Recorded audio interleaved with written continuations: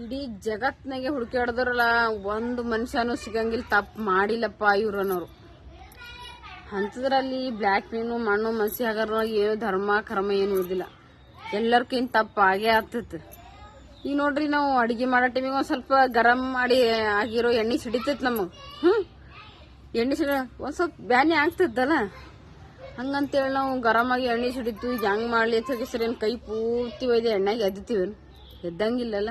ಹಂಗೆ ಒಂದು ಸ್ವಲ್ಪ ತಪ್ಪಾಗಿದಲ್ಲ ಸರಿದು ಬಿಡೋದು, ಅಲ್ಲಿ ಪಟ್ಟಂತ ಸರ್ಕೊಂಡ್ಬಿಡೋದು. ಸರಿದು ಅದು ಗಾಯನ ಮಾಯೋ ಥರ ನೋಡ್ಕೊಂತೀವಲ್ಲ, ಅದೇ ಥರ ನಮ್ಮ ತಪ್ಪನ್ನ ತಿದ್ದುಕೊಂಡು ಮುಂದಕ್ಕೆ ಹೋಗೋದು. ನಾನು ತಪ್ಪು ಮಾಡೀನಿ, ನನಗೇನು ದೇವ್ರು ಕ್ಷಮಿಸ್ತಾನ, ಅವ್ರು ಹೆಂಗ ಇವ್ರು ಹೆಂಗ ಯಾರ್ದು ಏನು ನೋಡೋದು ಜರತ್ತಿಲ್ಲ. ತಪ್ಪು ಮಾಡದೆ ಇರೋ ವ್ಯಕ್ತಿನ ಸಿಗೋದೇ ಇಲ್ಲ ಅಂತ ಹೇಳಿರಿ.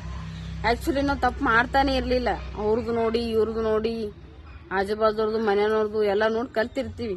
ಒಂದ್ಸಲಿ ಆಯ್ತು ಹೋಯ್ತು ಅನ್ನೋದು ಬಿಡೋದು.